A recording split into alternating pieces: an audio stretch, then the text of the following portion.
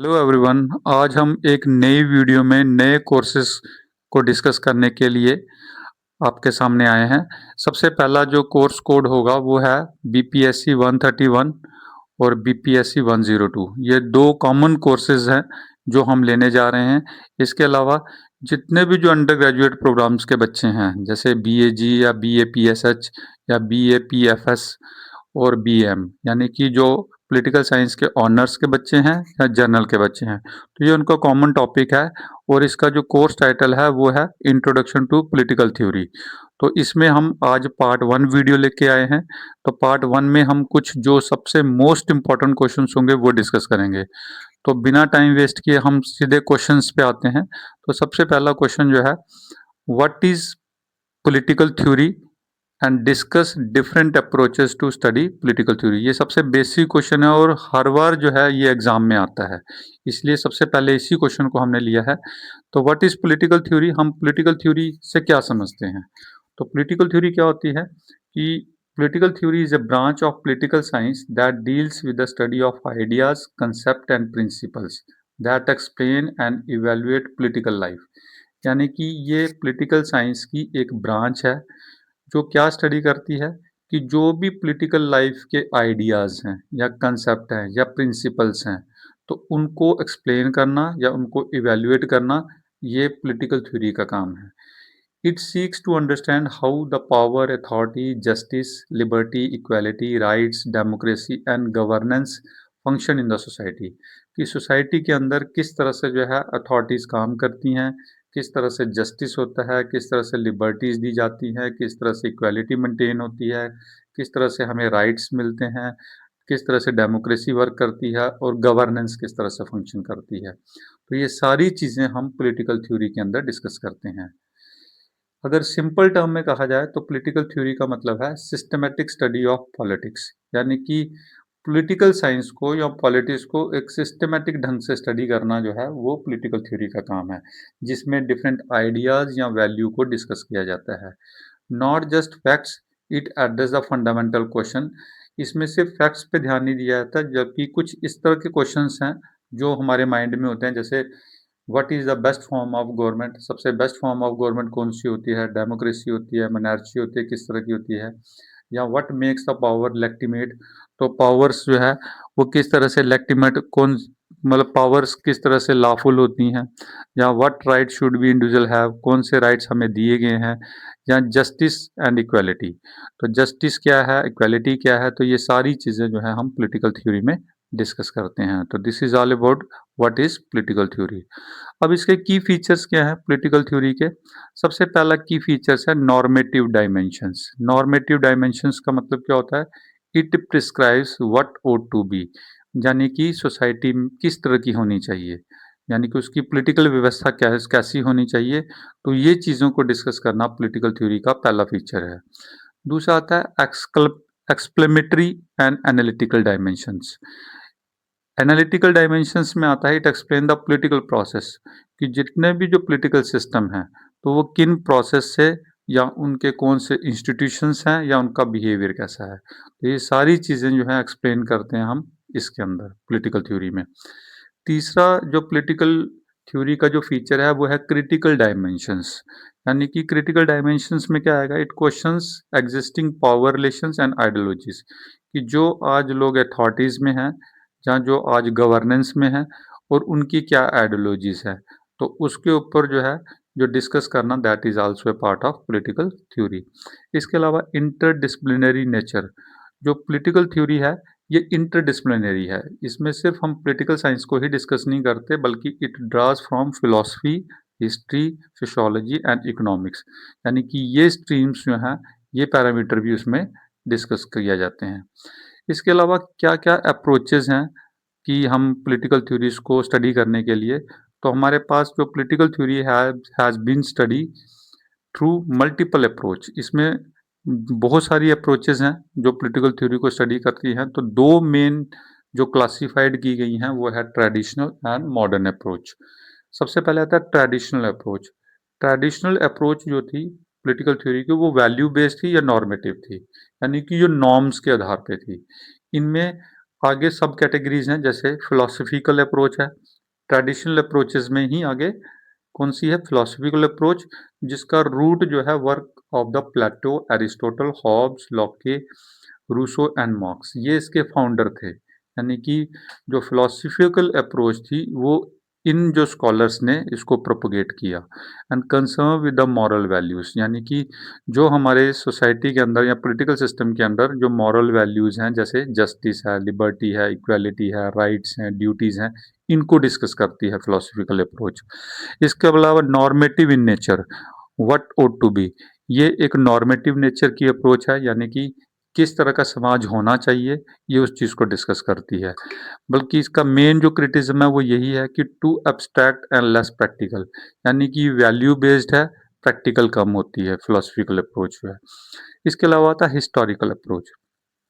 Historical approach क्या करती है? It studies the political ideas, यानी कि जो पॉलिटिकल आइडिया या पॉलिटिकल इंस्टीट्यूशंस जो थे, जो हिस्टोरिकल कंटेक्स्ट में थे, ये उनको स्टडी करती है। जैसे for example, examining how the idea of democracy evolve in the Athens. Athens Greece की कैपिटल है। ग्रीस दुनिया का या वर्ल्ड का सबसे पुराना शहर था, जिसकी कैपिटल थी एथेंस। तो उस समय किस तरह का पॉलिटिकल सिस्टम था, तो उसको हम हिस्टोरिकल अप्रोच के आधार पे देखते हैं। And helps to understand continuity and change, तो किस तरह से एथेंस जो है वो इवॉल्व हुआ, किस तरह से वहाँ democracy I, idea of democracy कैसा था, तो उस अप्रोच को जो हम स्टडी करते हैं, that is a historical approach. इसके अलावा आता है institutional and legal approach. Institutional approach आ गया, जैसे focus on the structure and functions of political institution. जैसे हमारे तीन ऑर्गन्स हैं गवर्नमेंट के, या लेजिस्लेचर, एग्जीक्यूटिव एंड जुडिशरी, ये मेन इंस्टीट्यूशंस हैं किसी भी गवर्नमेंट के या किसी भी पॉलिटिकल सिस्टम के। तो इनको जो स्टडी करते हैं वो लीगल अप्रोच या इंस्टीट्यूशनल अप्रोच में आते हैं। It studies constitutions, law, legal framework, यानी कि इसमें हम कॉन्स्टिट्यूशन को स्टडी करते हैं, लॉज को स्टडी करते हैं, या जो लीगल फ्रेमवर्क है उनको स्टडी करते हैं। तो इसमें एक चीज़ जो लिमिटेशंस है, जो इसकी सबसे बड़ा ड्रॉबैक है, वो है it ignores the social forces and informal practices, यानी कि जो सोशल फोर्सेस है वो इसमें कंसीडर नहीं करते हम सिर्फ कॉन्स्टिट्यूशन, लॉ या लीगल फ्रेमवर्क को ही इसमें कंसीडर करते हैं। चौथा आ गया इसमें लिटरेरी अप्रोच। लिटरेरी अप्रोच का मतलब it studies the political values, यानी कि पॉलिटिकल वैल्यूज को, कल्चर को, आइडिया एक्सप्रेस इन लिटरेचर, यानी कि इसमें पॉलिटिकल वैल्यूज कौन सी चीज़ें ऐड करते हैं, जो लिटरेचर है, टेक्स्ट है या राइटिंग्स हैं, उन चीज़ों को इसमें इनकॉर्पोरेट करते हैं। तो इस तरह से ये चार जो है हमारी ट्रेडिशनल अप्रोचेस थी। इसके अलावा अब मॉडर्न अप्रोचेस क्या हैं, जो टोटली साइंटिफिक या एम्पिरिकल हैं। यानी कि सबसे पहले आता है बिहेवियरल अप्रोच, यानी कि ये अप्रोच इमर्ज हुई थी 1950s में, यानी कि यूएसए में। तो ये क्या स्टडी करती है? बिहेवियर ऑफ द इंडिविजुअल, यानी कि अब पॉलिटिकल थ्योरी के अंदर जो है इंडिविजुअल बिहेवियर को भी ऐड किया गया या ग्रुप बिहेवियर को भी ऐड किया गया, जिसमें वोटिंग बिहेवियर या पॉलिटिकल पार्टिसिपेशन को कंसीडर किया गया। तो यूज ऑफ साइंटिफिक मेथड्स, यानी कि इसमें सर्वे या स्टैटिक्स या साइंटिफिक मेथड को इंक्लूड किया गया पॉलिटिकल थ्योरीज के अंदर। इसके अलावा इसका जो मेन क्रिटिसिज्म क्या था कि over emphasise on the facts and neglect values, यानी कि इसमें वैल्यूज को कंसीडर नहीं किया जाता था, नॉर्म्स को कंसीडर नहीं किया जाता, बल्कि फैक्ट्स को कंसीडर किया जाता था, यानी कि स्टैटिक्स बेस्ड थी ये। इसके अलावा दूसरा आता है पोस्ट बिहेवियरल अप्रोच, यानी कि बिहेवियरल अप्रोच के बाद नेक्स्ट जो आई 1960s में, वो पोस्ट बिहेवियरल अप्रोच थी। Calls for the relevance of the political science to real world issues.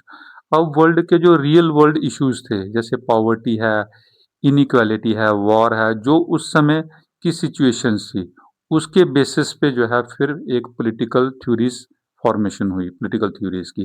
And blend empirical methods with normative concern, तो इसमें दोनों चीज़ों को ऐड किया गया, यानी कि जो नॉर्म्स और वैल्यूज़ को भी कंसीडर किया गया, और उस समय की जो सिचुएशंस थी, यानी कि जो इश्यूज थे, उनको भी पॉलिटिकल थ्योरी के अंदर ऐड किया गया। इसके बाद थर्ड अप्रोच आती है मार्क्सिस्ट अप्रोच, यानी कि ये फोकस था क्लास स्ट्रगल पे, क्योंकि उस समय दो क्लासेस थी, जिसके बेसिस पे रिच क्लास और पुअर क्लास, एलाइट और लेबर क्लास, इस तरह के दो क्लास स्ट्रगल हुई, तो इकोनॉमिक स्ट्रक्चर के बेसिस पे जो है पॉलिटिकल थ्योरीज की फॉर्मेशन हुई। तो material conditions sees the politics as a rooted in the economic relations, यानी कि इसमें जो पॉलिटिकल थ्योरीज थी उसमें इकोनॉमिक रिलेशन को भी कंसीडर किया गया, यानी कि जो कंसेप्ट था main is base superstructure ideology and hegemony. तो हेगमोनी क्या होती है कि जो मेन नेतृत्व कौन कर रहा था, तो मार्क्सिस्ट ने उस बेसिस पे जो था इस जो पॉलिटिकल थ्योरीज जो है उसकी अप्रोच को कंसीडर किया। नेक्स्ट आता है सिस्टम अप्रोच। डेविड ईस्टन के द्वारा सिस्टम अप्रोच को प्रोपोगेट किया गया। तो कहते हैं इसमें politics seen as a system of inputs demand support and output decision policies, यानी कि इसमें किस जिस तरह की डिमांड थी, जिस तरह की सपोर्ट थी और आउटपुट किस तरह की थी, पॉलिसीज किस तरह की थी, उसी के बेसिस पे इस अप्रोच को लाया गया। तो यानी कि सोसाइटी से क्या इनपुट आते हैं, क्योंकि सोसाइटी क्या चाहती है और गवर्नमेंट उसमें किस तरह से काम करती है, तो वो चीज़ें जो है इसमें ऐड की गई। यानी कि जो सोशल सोसाइटी से जो चीज़ें हमें इनपुट आए और जिस तरह की गवर्नमेंट ने आउटपुट दी, तो वो चीज़ें जो है पॉलिटिकल थ्योरी में ऐड हुई। तो इसका मेन क्रिटिसिज्म यही था कि ये बहुत ज़्यादा मैकेनिकल थी। इसके अलावा फिफ्थ आती है स्ट्रक्चरल फंक्शनल अप्रोच, यानी कि गैब्रियल एल्मोंड के द्वारा इस अप्रोच को प्रोपगेट किया गया।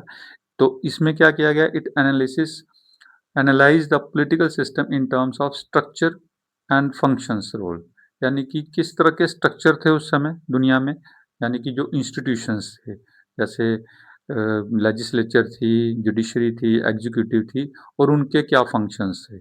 तो वो पॉलिटिकल सिस्टम के अंदर उनके अंदर जो कंपैरिजन किया गया उसी के बेसिस पे स्ट्रक्चर और फंक्शन अप्रोच जो है वो प्रोपोगेट किया गया।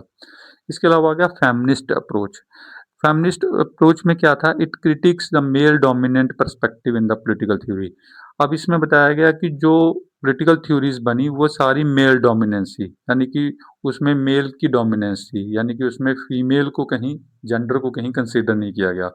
तो it brings issues of gender. तो फिर उस समय जो पॉलिटिकल थ्योरी थी वो जेंडर बेस्ड थी, यानी कि उसमें जेंडर के इश्यूज लिए गए, पैट्रियार्कल सोसाइटी को कंसीडर किया गया, उनकी वुमेन की रिप्रेजेंटेशन को दिखाया कंसीडर किया गया, यानी कि वुमेन की इक्वालिटी को लेकर बात की गई। तो इस तरह की थ्योरीज जो थी वो आई और उन थ्योरीज को हम फेमिनिस्ट अप्रोच कहते हैं।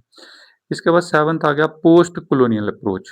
पोस्ट कॉलोनियल अप्रोच यानी कि जब यूरोपियन जो यूरोसेंट्रिक जो पॉलिटिकल थ्योरीज थी उसको चैलेंज किया गया, यानी कि इसमें जो स्टडीज अब जो थ्योरीज बनी वो Asia, Africa, Latin America in पे फोकस थी, क्योंकि कॉलोनियल जो लिगेसी थी उसको जो है अंडरमाइन किया गया। यानी कि पोस्ट कॉलोनियल अप्रोच इस तरह की थी कि जिसमें यूरोप सेंट्रिक जो पॉलिटिकल थ्योरीज थी उसको चैलेंज किया गया। इन द लास्ट हम कह सकते हैं कि जो पॉलिटिकल थ्योरी है वो एक सिस्टमैटिक स्टडी है जो पॉलिटिकल आइडियाज़ को, वैल्यूज़ को और इंस्टीट्यूशंस को स्टडी करती है। अब जो हमने अप्रोचेस किया, हमने अप्रोचेस को दो कैटेगरीज में डिवाइड किया। पहली अप्रोच थी ट्रेडिशनल, जिसमें हमने स्टडी किया normative approach, philosophical approach, historical approach और इंस्टीट्यूशनल अप्रोच। इसी तरह से हमने मॉडर्न जो अप्रोचेस थी उसमें देखे थे behavioural approach, post behavioural approach, Marxist approach, feminist approach और लास्ट में हमने पोस्ट कॉलोनियल अप्रोच की। तो this is all about political theories and different approaches in the political theories. अब दूसरा जो इम्पोर्टेंट क्वेश्चन है वो है discuss the two approaches normative and empirical in political theory. ये दो मेन हमारी अप्रोचेस थी जो पॉलिटिकल थ्योरी में हम स्टडी करते हैं। तो सबसे पहले कि जो पॉलिटिकल थ्योरी है generally seeks to understand the politics, power, justice, state, rights and related concepts. तो यानी कि हमने पहले भी इसको डिस्कस किया कि पॉलिटिकल थ्योरी में जो हम चीज़ें अंडरस्टैंड करते हैं वो करते हैं पॉलिटिक्स के बारे में, पावर के बारे में, जस्टिस के बारे में, स्टेट के बारे में, राइट्स के बारे में और उससे रिलेटेड जो भी कंसेप्ट्स हैं।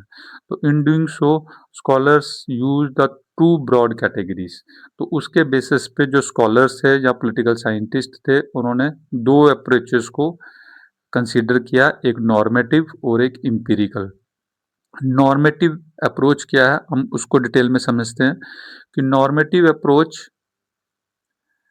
मीनिंग है इसका, normative approach in the political theory is concerned with asking ought to be rather than just what is, कि क्या है अभी सिस्टम, किस तरह का पॉलिटिकल सिस्टम है उसको कंसिडर नहीं करता, बल्कि किस तरह का सिस्टम होना चाहिए, कैसा पॉलिटिकल सिस्टम होना चाहिए, ये उसके ऊपर फोकस करता है। तो मेन फोकस क्या है इसका, emphasise the values ideal and principles, यानी कि ये वैल्यूज के बेस पे है, आइडियल्स या प्रिंसिपल्स बेस है, यानी कि justice, equality, liberty, democracy, rights, यानी कि ये चीज़ें सोसाइटी के अंदर या कंट्री के अंदर या स्टेट्स के अंदर होनी चाहिए, उसके बेसिस पे इस अप्रोच को लाया गया था। अब इस अप्रोच की नेचर क्या है, फिलोसफिकल एंड प्रिस्क्रिप्टिव। तो फिलोसफिकल और प्रिस्क्रिप्टिव का मतलब होता है कि इसमें नियम के अनुसार जो है इस अप्रोच को लाया गया, कि इसमें किस तरह के राइट्स, ड्यूटीज, लिबर्टीज, इक्वालिटी होनी चाहिए, तो उसको कंसिडर किया, इसकी बेसिक नेचर ये थी। And it try to establish standard against the political institutions practice can be judged. तो उन्होंने एक स्टैंडर्ड पॉलिटिकल इंस्टीट्यूशन बनाए और प्रैक्टिसेस बताई कि इस तरह से इनको जज किया जाएगा। तो यानी कि नॉर्मेटिव अप्रोच जो थी वो टोटली वैल्यू बेस्ड थी। इसके की क्वेश्चंस क्या हैं, जैसे what is the best form of government, कौन सी गवर्नमेंट बेस्ट है, व्हाट कॉन्स्टिट्यूट जस्टिस, किस तरह से कंसिडर किया जाता है, जस्टिस कैसे दिया जाता है, what right should be individual have, कौन से राइट्स इंडिविजुअल के हैं, तो ये सारी चीज़ें जो है इसमें ध्यान में रखी जाती हैं। और इनके जो मेन थिंकर्स जो नॉर्मेटिव अप्रोच को एसोसिएट करते थे वो थे Plato, Aristotle, Rousseau, Kant, John Rawls और अमृता सेन। तो ये मेन थिंकर्स है जिन्होंने इस अप्रोच को प्रोपोगेट किया। और इसका मेन ड्रॉबैक क्या है, मेन क्रिटिज्म क्या है, sometimes consider to be too abstract, यानी कि बहुत ज़्यादा एब्स्ट्रैक्ट था ये, या उटोपियन था। उटोपियन का मतलब ये बहुत ज़्यादा काल्पनिक था, मतलब रियलिटी से थोड़ा अलग था, क्योंकि जिस तरह का ये वैल्यूज़ या नॉर्म्स की बात करते थे, रियल वर्ल्ड पॉलिटिक्स में ऐसी चीज़ें जो हैं पॉसिबल बड़ी कम होती हैं। इसी तरह से दूसरी अप्रोच है इम्पीरिकल अप्रोच। इम्पीरिकल का मतलब होता है approach is consider with what is, क्या पॉलिटिकल सिस्टम है, रादर देन और टू बी, किस तरह होना चाहिए उसको कंसीडर नहीं करते कि अभी पॉलिटिकल सिस्टम कैसा है, उसको ध्यान में रखते हैं। यानी कि ये किस पे इम्फेसाइज करता है, ऑब्जर्वेशन पे, एविडेंसेस पे और साइंटिफिक स्टडी पे। यानी कि जो अभी चीज़ें हैं जो ऑब्जर्व होती हैं उसी को पॉलिटिकल बिहेवियर में रखते हैं, वैसे ही इंस्टीट्यूशंस की ये बात करते हैं और उन्हीं प्रोसेस की ये बात करते हैं। तो नेचर क्या है, डिस्क्रिप्टिव और एनालिटिकल। डिस्क्रिप्टिव और एनालिटिकल का मतलब क्या है कि ये टोटली जो है विश्लेषण के ऊपर है। विश्लेषण मतलब जो चीज़ फैक्ट्स हैं वही उन्हीं चीज़ों को ये डाटा, सर्वे या स्टैटिस्टिकल टूल को इस्तेमाल करके या केस स्टडीज़ को इस्तेमाल करके फिर ये पॉलिटिकल फिनोमेना को प्रेडिक्ट करते हैं। तो कहने का मतलब एम्पिरिकल अप्रोच जो है वो बिल्कुल ही जो है एनालिटिकल है और सर्वे बेस्ड है। तो इसमें जो की क्वेश्चंस रहते हैं वो क्या है, how do voter behave in elections, कि वोटर इलेक्शन में किस तरह से बिहेव करता है। इसके अलावा why do revolutions occur, revolutions क्यों होती हैं, क्रांतियाँ क्यों होती हैं। How do institution like parliament and courts actually functions, तो जो इंस्टीट्यूशंस हैं जैसे पार्लियामेंट है या कोर्ट्स हैं, ये किस तरह से फंक्शंस करते हैं, तो ये सारा इनके की क्वेश्चंस हैं। अब इसके जो मेन थिंकर्स थे, जो मेन फिलोसोफर थे जिन्होंने इन स्कॉलर्स ने इसको प्रोपोगेट किया, वो थे David Easton, Gabriel Almond, Harold Lasswell, Robert Dahl. ये बिहेवियर और पोस्ट बिहेवियर पॉलिटिकल साइंटिस्ट हैं। तो इसका जो मेन क्रिटिज्म था वो क्या था, वो है this can become over technical and ओ value neutral and fail to provide moral guidance about the political life. यानी कि ये मॉरल लाइफ की बात नहीं करते, वैल्यू की बात नहीं करते, बल्कि ये टेक्निकल बात करते हैं। तो इसलिए ये इसका मेन क्रिटिज्म है या ड्रॉबैक है। तो अगर कंपैरिजन शॉर्ट में कंपैरिजन किया जाए तो नॉर्मेटिव अप्रोच जो है प्रिस्क्रिप्टिव है, आइडियल है या वैल्यू बेस्ड है, यानी कि किस तरह का समाज होना चाहिए, किस तरह की पॉलिटिकल सिस्टम होना चाहिए, ये उसकी बात करता है। लेकिन इम्पीरिकल अप्रोच वाले कहते हैं कि descriptive, fact based and scientific, जो चीज़ें अभी फैक्ट में हैं, साइंटिफिक हैं, जो इस समय प्रेजेंट में है, ये इम्पीरिकल उस अप्रोच की बात करते हैं। This is all about political theory and two approaches of political theory. अब नेक्स्ट जो इम्पोर्टेंट क्वेश्चन है, discuss the characteristics of contemporary approach to the political theory. अब कंटेम्प्रेरी अप्रोच किसको कहते हैं? जो अप्रोच इस समय है, यानी कि मॉडर्न वर्ल्ड की जो अप्रोच है, that is a contemporary approach. तो contemporary approach to the political theory emerge mainly after second world war. तो सेकेंड वर्ल्ड वॉर के बाद जो है कंटेम्प्रेरी अप्रोच जो थी पॉलिटिकल थ्योरी में आई। अब ये 1950s के ऑनवर्ड, यानी कि in response to limitation of traditional and purely empirical, जब हमने देखा ट्रेडिशनल जो अप्रोच थी जिसको हम नॉर्मेटिव अप्रोच भी कहते हैं, दूसरा जो इम्पीरिकल अप्रोच थी जिसको हम बिहेवियरल अप्रोच भी कहते हैं, इन दोनों की कमियों को देखते हुए इन्होंने एक नया जो अप्रोच थी वो आगे प्रोपोगेट की। It tries to combine empirical rigour and with normative concern, यानी कि इन्होंने जो चीज़ें इम्पीरिकल की अच्छी थी या नॉर्मेटिव के अच्छे कंसर्न से उनको कंसीडर किया और एक नई पॉलिटिकल थ्योरी बनाई जिसको रियल लाइफ इश्यूज के ऊपर थी, जिसका नाम कंटेम्प्रेरी अप्रोच रखा। अब कंटेम्प्रेरी अप्रोच में क्या-क्या चीज़ें थी, इसके क्या मेन फीचर थे? सबसे पहला आता है interdisciplinary nature. Contemporary political theory जो थी borrow insight from economics, sociology, psychology, anthropology, history, even natural sciences, यानी कि जितने भी हमारे डिफरेंट स्ट्रीम्स हैं, तो सभी से इनको बोरो किया गया। यानी कि इसमें इकोनॉमिक्स के कंसेप्ट को भी लिया गया, सोशियोलॉजी को भी लिया गया, साइकोलॉजी को भी लिया गया, एंथ्रोपोलॉजी को भी लिया गया, इवन नेचुरल साइंसेस को भी कंसिडर किया गया। And this enrich its analysis and help understand political phenomena is more holistic manner। यानी कि इन्होंने ओवरऑल सभी जो स्ट्रीम्स हैं, सभी जो सब्जेक्ट्स हैं, सभी सब थीम्स जो थे उनको मिला के जो है एक नया पॉलिटिकल फिनोमिना बनाया, जिसको हमने एक नया कंटेम्प्रेरी अप्रोच का नाम दिया। दूसरा इसका जो मेन फीचर था वो था combination of normative and empirical. इन्होंने क्या किया, अनलाइक अर्लियर शार्प डिविजन्स, जैसे नॉर्मेटिव की एक अलग डिवीजन थी, एम्पिरिकल की अलग डिवीजन थी, लेकिन कंटेम्प्रेरी थ्योरी ने क्या किया, इन दोनों के फैक्ट्स को इकट्ठा किया और दोनों को कंसीडर किया, दोनों की वैल्यू को एक्सेप्ट किया और एक नई जो है अप्रोच डेवलप की। तो it analysis political behaviour scientifically but also evaluate institution and policy in terms of justice, equality and freedom. इन्होंने टोटली जो है साइंटिफिक बेस पे पॉलिटिकल बिहेवियर को एनालाइज किया, लेकिन इन्होंने जो नॉर्मेटिव और एम्पिरिकल के जो वैल्यूज़ हैं, जैसे जस्टिस है, इक्वालिटी है, फ्रीडम है, उसको भी इन्होंने कंसीडर किया। तो थर्ड है प्रॉब्लम ओरिएंटेड फोकस। अब जो कंटेम्प्रेरी अप्रोच थी वो प्रॉब्लम ओरिएंटेड फोकस थी, जैसे इंस्टेड ऑफ अब्स्ट्रैक्ट स्पेकुलेशंस, यानी कि इन्होंने किसी तरह की कोई स्पेकुलेशंस नहीं की, मतलब इन्होंने किसी तरह की जो है असेसमेंट नहीं की, बल्कि it address the concrete political and social problems. इन्होंने जो भी पॉलिटिकल या सोशल प्रॉब्लम्स थी, जैसे पॉवर्टी है, इनइक्वालिटी है, दूसरा आइडेंटिटी पॉलिटिक्स है, जनरल जेंडर वो है, जस्टिस है, इन्वायरमेंट चैलेंजेस है, ह्यूमन राइट्स हैं या ग्लोबलाइजेशन है, इन इन सारी प्रॉब्लम्स को कंसीडर करके इन्होंने एक नई अप्रोच आई। और जो मेन फोकस था is on the relevance to the contemporary society, कि कंटेम्प्रेरी सोसाइटी को मेन किस तरह की रेलिवेंस चाहिए, तो उसके बेसिस पे इन्होंने ये अप्रोच इम्प्लीमेंट की। नेक्स्ट फोर्थ इसमें आता है प्लूरलिज्म ऑफ पर्सपेक्टिव्स। कहते हैं it does not rely on the single framework, कि जो कंटेम्प्रेरी अप्रोच थी वो सिंगल फ्रेमवर्क के ऊपर काम नहीं किया, बल्कि इन्होंने मल्टीपल स्कूल्स ऑफ थॉट को कंसीडर किया, जैसे liberalism, Marxism, feminism, communitarianism, post colonialism, environmentalism, सभी को कंसीडर करके इन्होंने एक नया पर्सपेक्टिव बनाया। और this pluralism reflect the diversity of contemporary political life. तो ये कंटेम्प्रेरी पॉलिटिकल लाइफ जो थी, इन्होंने सारी डाइवर्सिटीज को रिफ्लेक्ट किया, तो इस तरह से इन्होंने एक नई अप्रोच बनाई। फिफ्थ आता है concern with justice and democracy.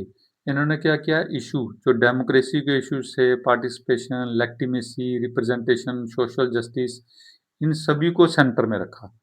और इसके अलावा it examine the how democracy can be deepen in the diverse global context. तो उन्होंने ये भी दिखा कि किस तरह से डेमोक्रेसी को जो है डाइवर्स और ग्लोबल कंटेक्स्ट में कंसिडर किया जाए। तो यानी कि इनका कंसर्न जो था जस्टिस और डेमोक्रेसी दोनों पे किया। 6वां आ गया मेथोडोलॉजिकल इनोवेशंस। इन्होंने क्या किया, न्यू मेथड्स यूज़ किए, जैसे सिस्टम एनालिसिस है, स्ट्रक्चरल फंक्शनलिज्म है, रैशनल चॉइस थ्योरी थी, या डिस्कोर्स एनालिसिस है, या पोस्ट मॉडर्न क्रिटिक्स था। तो इन्होंने सभी मेथोडोलॉजीज को कंसिडर किया and move beyond the narrow behaviourism. जो नैरो बिहेवियरलिज्म था उससे बाहर निकल के उन्होंने embrace the critical and reflective method, तो इन्होंने सारे मेथड को कंसीडर किया। इसके अलावा 7th आ गया ग्लोबल एंड कंपैरेटिव आउटलुक, यानी कि जो कंटेम्प्रेरी अप्रोच थी उसमें recognise that politics can not be studied only within the national boundaries, यानी कि पॉलिटिक्स को सिर्फ नेशनल बाउंड्रीज के अंदर ही नहीं पढ़ा जाएगा, बल्कि इसको globalisation, interdependence, migration, climate change और इंटरनेशनल जस्टिस, इन थीम्स के ऊपर भी कंटेम्प्रेरी अप्रोच ने काम किया।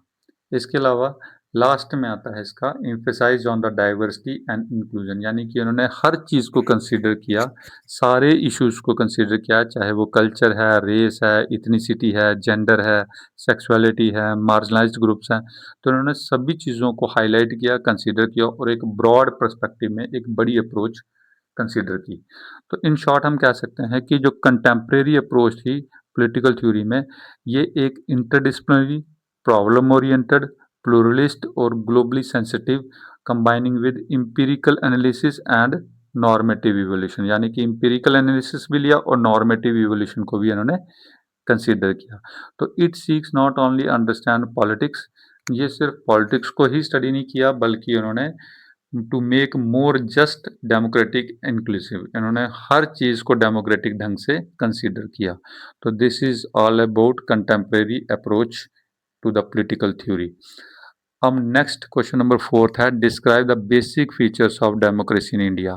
इंडिया की डेमोक्रेसी की मेन फीचर्स क्या हैं? सबसे पहला था सॉवरेनिटी ऑफ द पीपल, यानी कि जो कॉन्स्टिट्यूशन है begin with we the people of India, showing that ultimate power lies within the people, यानी कि जो कॉन्स्टिट्यूशन है उसमें सॉवरेनिटी ऑफ द पीपल को कंसीडर किया है, यानी कि लोग जो हैं, नागरिक जो हैं, सिटीजन ही जो हैं वो सबसे अल्टीमेट पावर हैं। दूसरा था यूनिवर्सल अडल्ट फ्रेंचाइज, यानी कि हर नागरिक को जो भी 18 ईयर्स से अबव है उसको वोट देने का राइट है, रिगार्डलेस ऑफ कास्ट, चाहे वो किसी भी कास्ट, रिलीजन, जेंडर, वेल्थ या एजुकेशन से ताल्लुक़ रखता हो, लेकिन उन सभी को जो है वोट देने का राइट है जो 18 एज से अबव है। दूसरा था पॉलिटिकल इक्वालिटी, जितने भी सिटीजन्स हैं एंजॉय इक्वल पॉलिटिकल राइट्स, सभी को इक्वल पॉलिटिकल राइट्स है। One person one vote one value, यानी कि हर पर्सन का वोट की एक जैसी ही वैल्यू रहेगी, तो इसको पॉलिटिकल इक्वालिटी कहते हैं।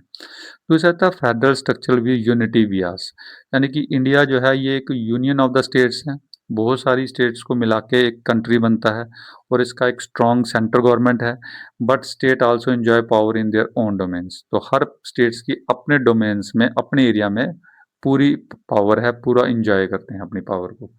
दूसरा था parliamentary system of government, India में जो पार्लियामेंट्री सिस्टम है गवर्नमेंट का, क्योंकि इसमें एग्जीक्यूटिव बॉडी है, एग्जीक्यूटिव में प्राइम मिनिस्टर और काउंसिल ऑफ मिनिस्टर होती है जो अकाउंटेबल होती है लेजिस्लेचर के, तो जो भी पार्लियामेंट के अकॉर्डिंग जो चुना जाता है तो वो उसको अकाउंटेबल होना पड़ता है। दूसरा था रूल ऑफ लॉ, हर व्यक्ति, एवरीवन इंक्लूडिंग गवर्नमेंट, कोई भी व्यक्ति चाहे वो गवर्नमेंट है, is subject to law, no one is above law, law से ऊपर कोई भी नहीं है, सभी को एक जैसे ही कंसीडर किया जाएगा।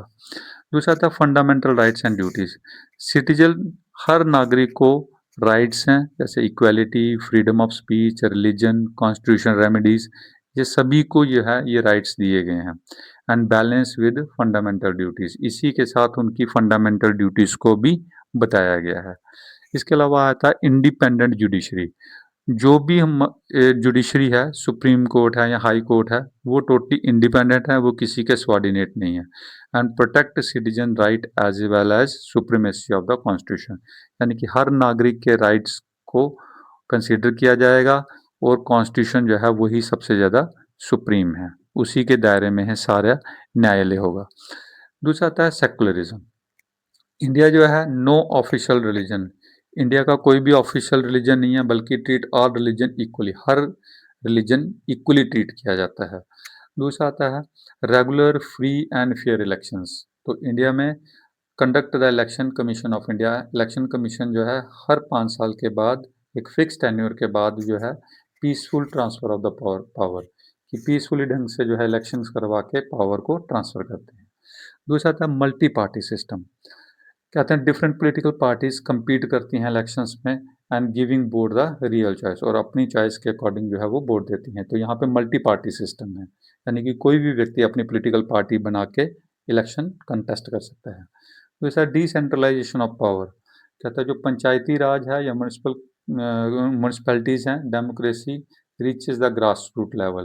तो 3 टायर सिस्टम है, सेंट्रल गवर्नमेंट है, स्टेट गवर्नमेंट है, फिर लोकल गवर्नमेंट है। लोकल गवर्नमेंट में हमारे पास रूरल बॉडीज़ हैं, रूरल बॉडीज़ में पंचायती राज हैं, ऐसे ही अर्बन लोकल बॉडीज़ हैं जिसमें हमारी म्यूनसिपैलिटीज़ हैं या म्यूनसिपल कॉरपोरेशंस हैं।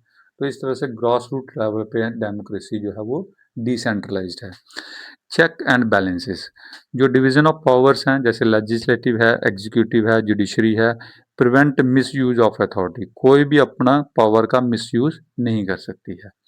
इन शॉर्ट हम कहेंगे कि इंडियन डेमोक्रेसी जो है एक representative secular parliamentary federal and based on the equality and rule of law with people as a ultimate source of authority.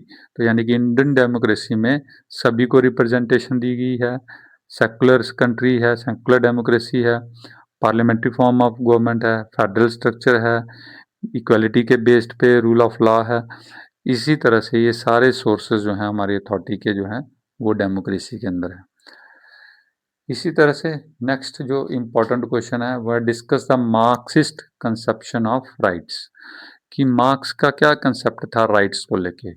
तो Marx conception of right is deeply rooted in the Karl Marx critique of liberalism, bourgeois society and capitalist relations. यानी कि जो Karl Marx का जो theory है वो liberalism, bourgeois society और capitalist relation इनको डीपली रूटेड है, इनके साथ ही डीपली रूटेड है। अनलाइक लिबरल थ्योरिस्ट, कहते हैं जो लिबरल थ्योरीज हैं who view right as a universal and essential of the human freedom, जो ह्यूमन फ्रीडम की बात करते हैं, तो मार्क्स का जो कंसेप्ट है ये टोटली डिफरेंट है दूसरे व्यू से। तो क्योंकि मार्क्स जो है argue that the rights are historically condition class based. कहते हैं मार्क्स कहता है कि राइट्स जो है वो कंडीशन होते हैं क्लास बेस्ड, यानी कि रिच क्लास या पुअर क्लास। दूसरा functions to maintain the dominance of the ruling class in the capitalist society.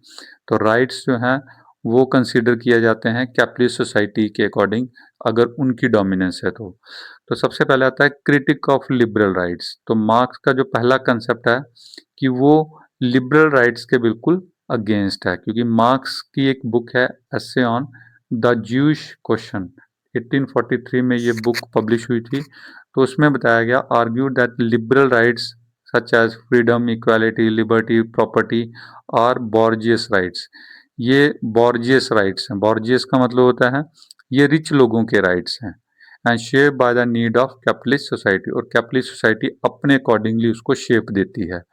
तो राइट जो है are seen as a rights of egoist man, यानी कि ये राइट्स किनके हैं, जो रिच लोग हैं, जो इगोइस्ट लोग हैं, ये उनके लिए हैं। They emphasise the individual abstract from the community.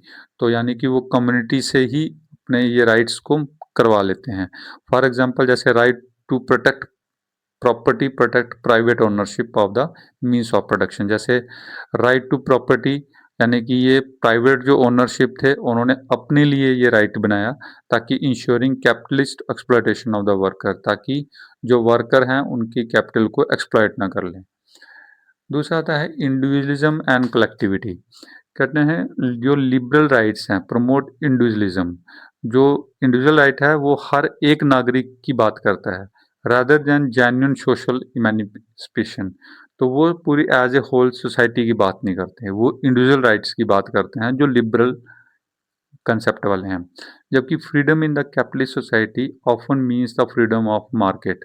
तो यानी कि कैपिटलिस्ट सोसाइटी जो फ्रीडम बात करती है तो वो फ्रीडम ऑफ मार्केट या freedom of capitalist to exploit labour, कि लेबर को एक्सप्लॉयट करने के लिए जो है वो अपनी फ्रीडम बनाते हैं। तो वो कैपिटलिस्ट के अनुसार जो है राइट अपने अकॉर्डिंग बनाए जाते हैं। दस the right claim universality in practice, they mask class inequalities and maintain the capitalist relation. तो राइट्स जो है वो कैसे बनते हैं, वो क्लास इनइक्वालिटीज को देख के बनते हैं एंड मेंटेन कैपिटलिस्ट रिलेशन, यानी कि कैपिटलिस्ट रिलेशंस के अकॉर्डिंग जो है राइट्स को फॉर्मेशन होती है। दूसरा है राइट्स एज ए आइडियोलॉजी। तो मार्क्स कहता है see right as a ideological tool. तो राइट जो है ये एक आइडियोलॉजिकल टूल है। They give the worker as a sense of formal equality before the law. कहते हैं वर्कर्स को जो है एक फॉर्मल इक्वालिटी लॉ के अगेंस्ट, लॉ के बिफोर दी जानी चाहिए, but they do not challenge the underlying material inequality between capitalist and workers. लेकिन कहते हैं जो राइट्स हैं इसमें हम चैलेंज नहीं कर सकते कि जो कैपिटलिस्ट है या वर्कर है उनके अंदर कोई इनइक्वालिटी होगी। तो इन इनइक्वालिटी को ही रिमूव करने के लिए जो है राइट्स बनते हैं। For example worker and capitalist both are free to enter into labour contract. इसमें ये बताया जाता है कि जो लेबर है वो फ्री है लेबर को काम करने के लिए, बट रियलिटी में क्या है, जो वर्कर है वो बाय चॉइस नहीं आते बल्कि वो अपने सर्वाइव के लिए जो है फोर्सफुली वहाँ पे काम करते हैं। तो ये एक राइट है कि जैसे कि हर व्यक्ति को अपना राइट है, कैपिटलिस्ट को भी वर्कर को भी, वो फ्री है काम करने के लिए। लेकिन यहाँ पे जो कार्ल मार्क्स है वो कहता है कि राइट्स जो हैं इसलिए सिर्फ लेबर के लिए लागू नहीं होते क्योंकि लेबर को फोर्सफुली जो है काम करना पड़ता है, तो वो राइट उसको नहीं मिलता है। इसी तरह से right and the state, Karl Marx के अनुसार state is not neutral but instrument of class domination. कहते हैं स्टेट, कोई भी कंट्री जो है वो न्यूट्रल नहीं होता, वहाँ पे दो तरह की क्लासेस होती हैं। And the right codified by the state reflects the interest of the ruling class. तो जो भी राइट्स वहाँ पे फ्रेम होते हैं किसी भी कंट्री में, तो वो किसके इंटरेस्ट को देख के किए जाते हैं, वो रूलिंग क्लास को देख के किए जाते हैं। जो रूलिंग क्लास होगी उसी के अकॉर्डिंग जो है वहाँ पे राइट्स बनाए जाते हैं। Hence, the right under the capitalist cannot be guaranteed true emancipation. They preserve the status quo. यानी कि जो राइट कैपिटलिज्म में बनते हैं वो राइट्स जो हैं वो गारंटी नहीं देते हैं कि वो सही ढंग से जो है इम्प्लीमेंट होंगे, क्योंकि इसमें क्या रहता है कि जो इमेनिसिपेशन है उसकी, इमेनिसिपेशन मतलब उनमें जो लेबर क्लास है उसको वो उनसे बाहर नहीं होते, उनको उनके से मुक्ति नहीं मिलती क्योंकि वो स्टेटस को में ही रहते हैं, क्योंकि वहाँ पे यथास्थिति जो है वो मेंटेन रहती है। दूसरा आता है socialist and Marxist alternative. Marks और लेटर मार्क्स, मार्क्स और मार्क्स के बाद जो लोग थे जैसे लेनिन है, ग्रामसी है, तो वो कहते हैं कि collective rights and social emancipation over the individual liberal rights, कि जो कलेक्टिव राइट्स हैं या सोशल इमेनिसिपेशन है उस पे इंडिविजुअल जो लिबरल राइट्स हैं वो ज़्यादा हावी है, क्योंकि अंडर सोशलिज्म या communism the focus shift to right to work. यानी कि इसमें उन्होंने बताया कि सोशल या कम्युनिज्म में कि काम करने का अधिकार है, एजुकेशन का अधिकार है, equality in material conditions and right to collective ownership of the means of production. तो ये सारे राइट्स हमें सोशलिज्म के अंदर या कम्युनिज्म के अंदर इस पे फोकस किया जाता है। लेकिन ट्रू ह्यूमन फ्रीडम कहते हैं मार्क्स के अनुसार emerge only when the condition of exploitation are abolished. जब उन जो लेबर क्लास है उनको जब हम एक्सप्लॉयट नहीं करेंगे, अगर एक्सप्लॉयटेशन जो है एबलिश कर दी जाएगी and individual can be developed collectively in A classless society. जब एक क्लासलेस सोसाइटी की फॉर्मेशन होगी तभी जो है राइट्स जो है प्रोटेक्ट होंगे अकॉर्डिंग टू कार्ल मार्क्स। और कंटेम्प्रेरी कार्ल मार्क्स व्यू क्या कहता है, जो नियो मार्क्सिस्ट हैं, जो मार्क्स के बाद जो लोग आए, उन्होंने कहा argue that right can be sometimes become tool of resistance, labour rights, civil rights and movement. तो कहते हैं कई बार जो है राइट्स जो है रेजिस्टेंस के लिए भी लगाए जाते हैं, रोकने के लिए जाते हैं, जैसे लेबर राइट्स हैं या सिविल राइट्स हैं या सिविल मूवमेंट्स हैं, तो दे maintain with in the capitalism, लेकिन उनको कैपिटलिज्म के अंदर ही मेंटेन किया जाता है। राइट रिमेन कंस्ट्रेंट, और जो लेबर क्लास है उनके राइट्स जो हैं वो हमेशा कंस्ट्रेंट में रहते हैं by class power and property relations, क्योंकि जो क्लास पावर में लोग होते हैं, जो रिच लोग हैं या कैपिटलिस्ट लोग हैं, वो अपने राइट्स को देखते हैं, लेकिन जो लेबर क्लास है या जो लेबर लोग हैं उनके लिए वो जो लॉ है वो राइट जो है वो कंसीडर नहीं होते।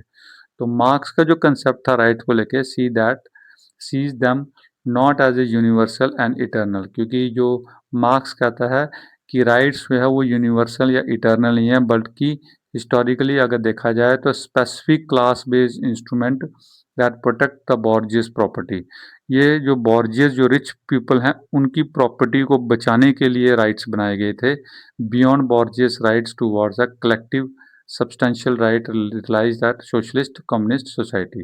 तो जो सोशलिस्ट कम्युनिस्ट सोसाइटी है, तो उन्होंने ये राइट इसलिए बनाए थे ताकि वो अपनी प्रॉपर्टी को, अपने राइट्स को बचा सकें, ना कि ये लेबर के लिए बनाए थे। तो ये मार्क्स का कंसेप्ट था कि जो राइट्स हैं, राइट्स जो हैं वो सिर्फ कैपिटलिस्ट के लिए थे, ना कि लेबर्स के लिए थे। इसके अलावा लास्ट नेक्स्ट क्वेश्चन है, discuss JS. Mills notion of liberty. Liberty होती है फ्रीडम, तो जे.एस. मिल का क्या नोशन था लिबर्टी को लेके, तो क्या व्यू पॉइंट था, तो is one of the most important influential ideas in the modern political thought, articulate mainly in his classic work on liberty 1859। तो जे.एस. मिल ने अपनी एक क्लासिक वर्क किया, बुक लिखी ऑन लिबर्टी 1859 में। तो उसमें उसने बताया कि develop his theory as a defence of individual freedom against the dangers of tyranny. तो उन्होंने बताया कि किसी भी खतरे के खिलाफ अगर कोई डिफेंस करना है, तो डिफेंस लेता है इंडिविजुअल फ्रीडम को, तो not just from government but from the public opinion. उसको सिर्फ फ्रीडम जो है या लिबर्टी उसको सिर्फ गवर्नमेंट ही नहीं देगी, बल्कि उसको पब्लिक ओपिनियन के द्वारा भी फ्रीडम मिलनी चाहिए, एंड सोशल कन्फर्मिटी, और उसको सोसाइटी के अंदर भी कन्फर्म होना चाहिए। And his view of liberty is both moral and political. तो उसका जो लिबर्टी का कंसेप्ट था वो मॉरल और पॉलिटिकल था, ना कि वो किसी लॉफुल लिबर्टी की बात कर रहे हैं। तो जो जे.एस. मिल थे, उन्होंने लिबर्टी को दो कैटेगरीज में डिवाइड किया, दो टाइप्स में डिवाइड किया। तो मिल कहते थे कि दो ब्रॉड फॉर्म है लिबर्टी के, पहला नेगेटिव, दूसरा पॉजिटिव। नेगेटिव लिबर्टी कौन सी होती है? फ्रीडम फ्रॉम एक्सटर्नल कंस्ट्रेंट्स, किसी तरह का कोई बाहर का व्यक्ति आप पे आक्रमण करता है या किसी तरह का वो आपके राइट को छीनता है, specially interference by the state and society, specially जैसे कोई स्टेट है, कंट्री है या सोसाइटी है, तो उसको नेगेटिव लिबर्टी कहते हैं। यानी कि इस तरह की फ्रीडम जिसमें किसी तरह की कोई कंस्ट्रेंट्स नहीं है, यानी कि आपको हर तरह की, आप स्टेट सोसाइटी में भी इंटरफेरेंस कर जाते हैं, तो इस तरह की फ्रीडम को नेगेटिव लिबर्टी कहा जाता है।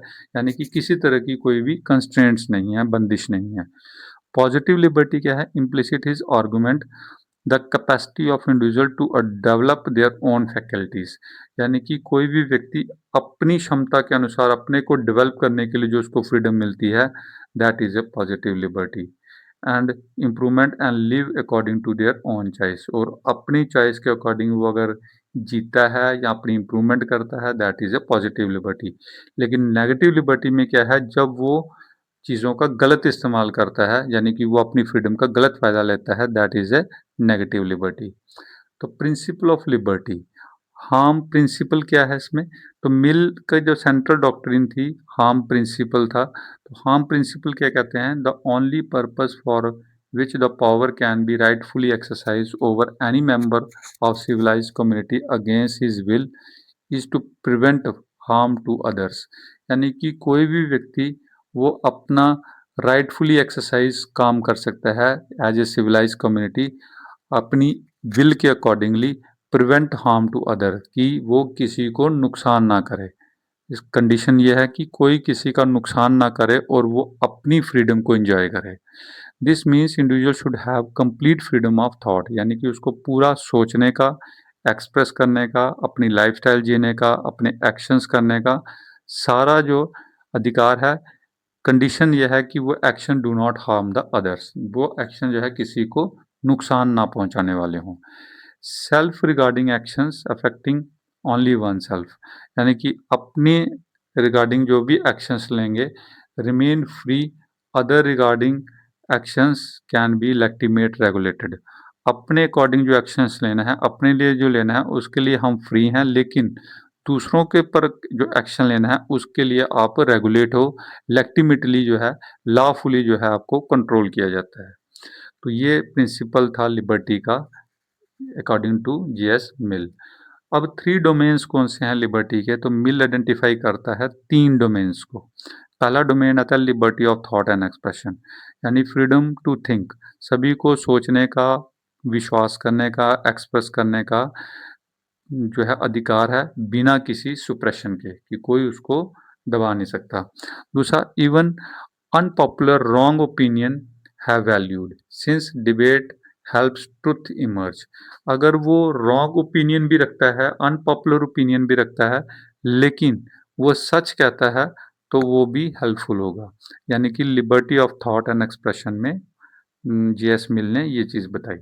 Liberty of action and lifestyle, freedom to plan one's own life, यानी कि आप अपनी लाइफ को किस तरह से प्लान करते हैं, किस तरह से आप चॉइस बनाते हैं, कैसे जीते हैं, ये आपकी पर्सनल वैल्यूज़ है।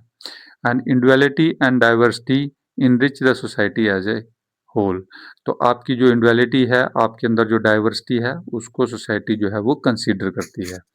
दूसरा आता है लिबर्टी ऑफ एसोसिएशंस, यानी कि freedom to unite with others common purpose, कि आपको पूरी फ्रीडम है कि दूसरे के साथ आप यूनाइट हो सकें कॉमन पर्पस के लिए, वॉलेंट्री हो या जिसमें किसी का कोई हार्म ना हो, नॉन हार्मफुल एक्ट में आप पार्टिसिपेट एसोसिएशन ग्रुप्स बना सकते हैं। तो 3 तरह की डोमेन्स बताए लिबर्टी की जीएस मिल ने। तो सबसे था पहले liberty of thought and expression, दूसरा था liberty of actions and lifestyle और तीसरा था लिबर्टी ऑफ एसोसिएशन। अब क्या लिमिट्स रहती हैं लिबर्टी की? सबसे पहले liberty is not absolute, liberty absolute नहीं होती। जैसे मैंने बताया, अगर लिबर्टी एब्सोल्यूट होगी तो वो नेगेटिव लिबर्टी होगी, यानी कि it stops your harm to others. ये उस लिबर्टी को रोकना चाहिए जो दूसरों का नुकसान करती है। For example, freedom of speech का मतलब ये नहीं है कि does not include incited to violence, कि अगर आप ऐसी स्पीच देते हो जिससे वायलेंस होता है, तो वो लिबर्टी के दायरे में नहीं आती है, क्योंकि वहाँ पे आप लिबर्टी को एब्सोल्यूट ले जाते हैं।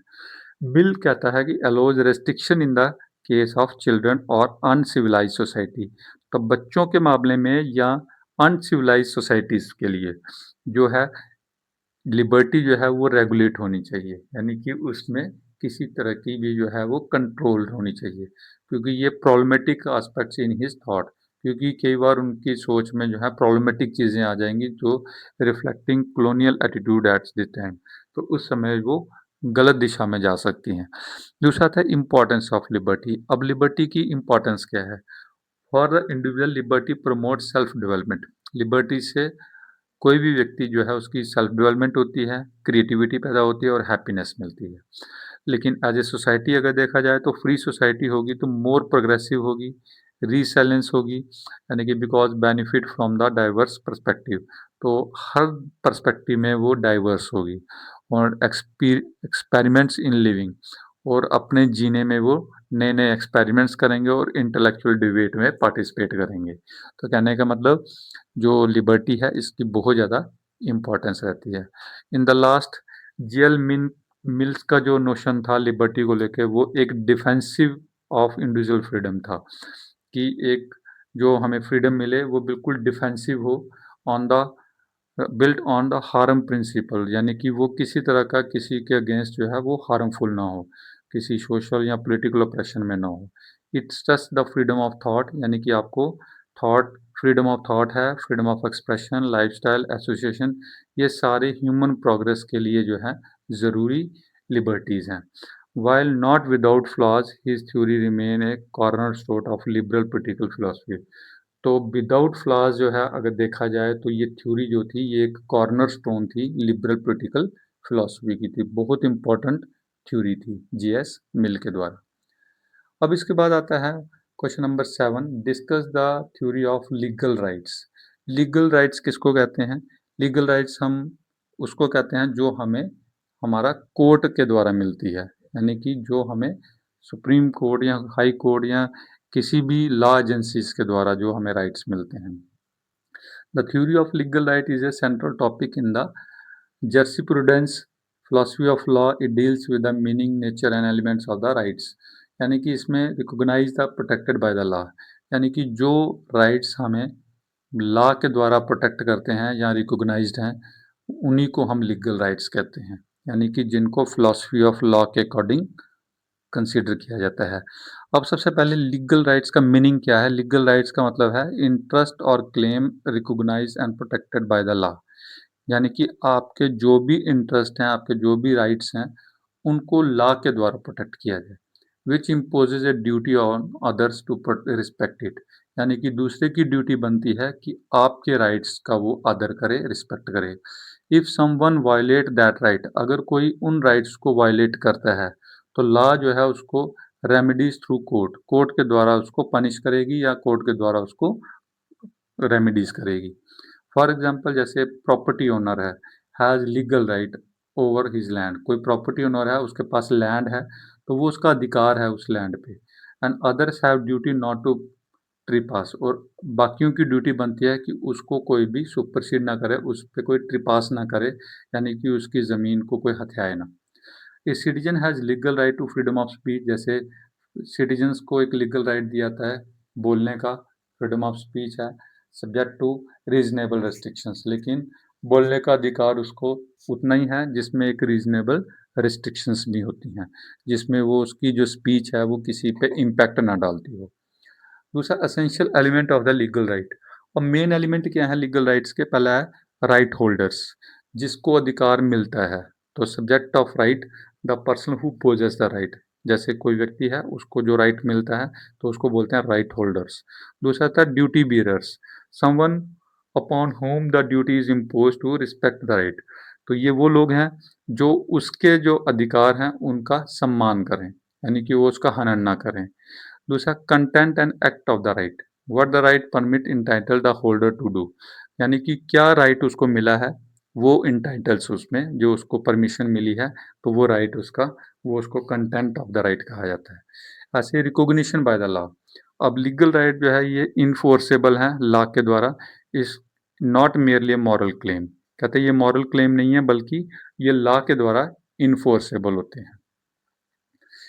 अब आता है कि different jurist have explain the concept of rights in the various वे, अलग अलग जो ज्यूरिस्ट हैं, अलग अलग जो जजेस हैं, उन्होंने राइट को अलग अलग कैटेगरी में डिवाइड किया। जैसे जो विल थ्योरी है, जिसमें हैगल, कांत और होफेल्ड, इन्होंने जो है इसको प्रोपेगेट किया है। इन्होंने बताया कि right are the expression of individual will and choice, कि आदमी अपनी चॉइस से, अपनी विल से कोई भी चीज़ को एक्सप्रेस कर सकता है। A person has right only if he has power to control others duties, कहने का मतलब कि जो उसको राइट मिले हैं वो अदर्स लोगों की ड्यूटीज़ हैं, कि वो उसके राइट को जो है वो रिस्पेक्ट दें। दूसरा इसमें कहते हैं it exclude the people can not exercise will infant and mentally ill, लेकिन इसमें एक ड्रॉबैक है, ये वाला राइट्स जो है, इस तरह के राइट जो है हम छोटे बच्चों को या मेंटली इल लोगों को नहीं दे सकते, उनको इससे बाहर कर रखा है, एक्सक्लूड कर रखा है। दूसरा था इंटरेस्ट थ्योरी, जिसमें इहरिंग और सेलमोंड ये इसके प्रपाउंडर थे। तो right exist protect important human interest that laws consider necessary, तो कहते हैं राइट एग्जिस्ट टू प्रोटेक्ट, कहते हैं जो राइट आपको प्रोटेक्ट करते हैं जैसे ह्यूमन राइट्स को, तो वो law consider as a necessary, वो सबसे ज़्यादा जरूरी हैं। जैसे right is not merely about individual choice but about the securing wellbeing, सिर्फ इंडिविजुअल राइट्स ही नहीं मिला हमें, बल्कि हमें जो सिक्योरिंग वेलबींग, तो हमारी वेलबींग के लिए जो राइट्स होते हैं उनको भी हम इंटरेस्ट थ्योरी के अंदर डालते हैं। जैसे चिल्ड्रन या डिसेबल्ड जो पर्सन है स्टिल हैव राइट्स, उनके पास भी ये राइट्स रहते हैं as their interest deserve protection, अगर उनका इंटरेस्ट जो है उनको प्रोटेक्ट करता है तो ये दो तरह के जो राइट्स हैं, जैसे विल थ्योरी के अकॉर्डिंग और इंटरेस्ट थ्योरी के अकॉर्डिंग जो राइट को एक्सप्लेन किया है। इसके अलावा जो क्लासिफिकेशन है लीगल राइट्स की, सबसे पहले आता है परफेक्ट और इम्परफेक्ट राइट्स होते हैं। परफेक्ट राइट जो है वो इन्फोर्सेबल कोर्ट के द्वारा होते हैं, और इम्परफेक्ट होता है रिकॉग्नाइज्ड बट नॉट इन्फोर्सेबल, वो आपको दिए गए हैं लेकिन इन्फोर्सेबल नहीं है। स्टेटर बैरियर डेब्ट्स है, जैसे कि आपने बहुत पुराना किसी से कर्ज लिया है लेकिन वो अब नहीं भी कोई चुकाता है, या कोई ऐसी चीज़ है जो अभी इन्फोर्सेबल नहीं है, तो उनको हम इम्परफेक्ट राइट्स कहते हैं। और परफेक्ट राइट होता है जो कोर्ट के द्वारा जो है हमें मिलते हैं। इसके अलावा positive and negative right. Positive rights require other to do something. Positive rights आता है कि दूसरा कुछ करता है। नेगेटिव राइट होता है अदर नॉट टू इंटरफेयर। जैसे पॉजिटिव राइट होता है कि अदर्स टू डू समथिंग, वो कुछ भी करता है, लेकिन नेगेटिव राइट्स कौन से होते हैं? नॉट अदर टू इंटरफेयर, कि दूसरे के मामले में वो इंटरफेयर ना करे। यानी कि पॉजिटिव राइट वो है अपनी डेवलपमेंट के लिए कुछ भी कर ले, लेकिन दूसरे को इंटरफेयर ना करे। लेकिन नेगेटिव राइट्स कौन से हो गए? जब हम दूसरे के मामले में भी इंटरफेयर करते हैं। दूसरा था public and private right. Public relate to societies. Public rights होते हैं जो सोसाइटी या कंट्री या इस तरह से जो है, जैसे वोटिंग राइट है, तो यानी कि ये हमारा पब्लिक राइट है। प्राइवेट रिलेटेड टू इंडिविजुअल, जो एक व्यक्ति से रिलेटेड है, जैसे कोई कंट्रैक्ट है तो उस जो उसके साथ जो कंट्रैक्ट हुआ है वो राइट प्राइवेट राइट आता है।